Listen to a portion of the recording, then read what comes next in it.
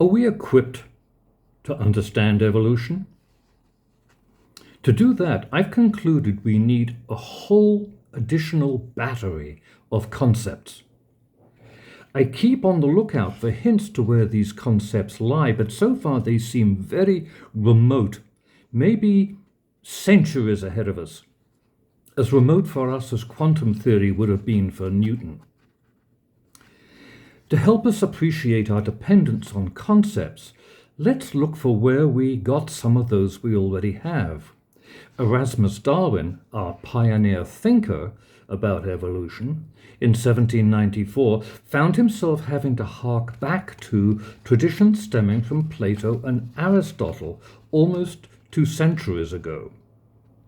I recommend looking to those traditions for models for the kinds of concepts we still need. I include some good sources in the comments in the text below. I'm not at all an expert in this field, but I'm going to draw on those traditions to convey the reach of the kinds of concepts that we need. What follows, take with a big grain of salt, looking to what I say, not for details about these concepts, only some sense of the heft, a measure of the concepts we still need. My gloss on Plato. His active agents are persons.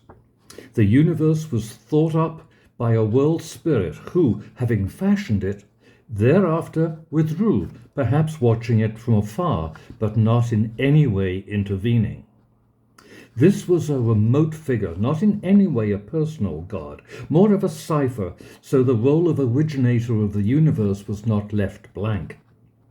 This concept reappears in Enlightenment thinkers like Erasmus Darwin as deism, a creative agent establishing the material world, but not otherwise to be looked to for the causes of things.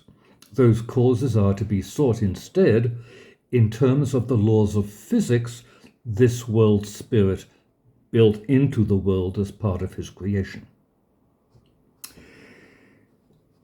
Plato's world spirit reappears in the ancient world as Stoicism. The Stoics accepted that the ancient Greek belief that matter consisted of 4 elements mixed together, but to these they added a 5th element, a person resembling Plato's world spirit, but now responsible for maintaining the natural order, for us, the world of living creatures. The natural world that this agent kept creative and orderly, they called the macrocosm. But this same agent, the Stoics claimed, embedded in each of us a portion of its own rationality and creativity, making each of us a microcosm, reflecting the macrocosm. My gloss on Aristotle. His agents are not persons, they're mechanisms. The role of first mover in the universe is a motor driving the outer sphere the stars are set in, that by its rotation drives in turn the motions of the planets, eventually the moon. The material of the heavens is perfect, incorruptible, and frictionless material. Material on Earth consists of mixes of the 4 elements. In the spirit of Aristotle came the idea that, since gold must be a particular mix of those elements, by alchemy one could so mix the other elements as to create gold. Very mechanical, very rational. Also in the spirit of Aristotle is the concept that everything consists of atoms that, by their joining and separating, form all matter. Atom was embraced by the main competitor of the Stoics, the Epicureans.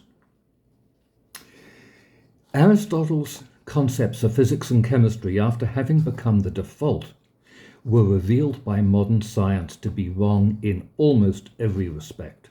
But one strand of Aristotle's thinking survived up to the time of Erasmus Darwin, his reputation as a great biologist. To account for evolution, Erasmus Darwin picked up where Aristotle left off, including the gross error that inheritance ran only through the male, that inherited characteristics lay only in the sperm. Modern scientists may have rejected the Stoics' macrocosm and microcosm for looking too much like the Christian God and the human soul. Science instead embraced Epicurean atomism. Progress in biology favored biochemistry rather than rational creative agents. Typical concepts are respiration and photosynthesis, proteins and nucleotides, ATP and ion transfer. Our account of evolution is referred to as a mechanism and consists of purely physical and atomic processes, natural selection and genetic mutation. Big win for the Epicureans and their atomism. Modern times has seen us arriving at hugely powerful new concepts, Newton's laws of motion and gravity, conservations of mass and energy, electricity, thermodynamics. But they've spread light mainly at the extremes of scale, the atom and the galaxy. Less light has been shed at the intermediate scale of intelligent creatures like us, except for the idea of evolution itself, and that we too evolved. To think, we need concepts to think with. I offer this gloss of mine on sources of concepts only to suggest how we might think about the concepts available to us for thinking about evolution and where new concepts might come from. To explore this further, I suggest you turn to the work of Ruse. You'll find a review of his book in this channel. And for further wisdom, I do recommend the 3 books I've listed in the comments.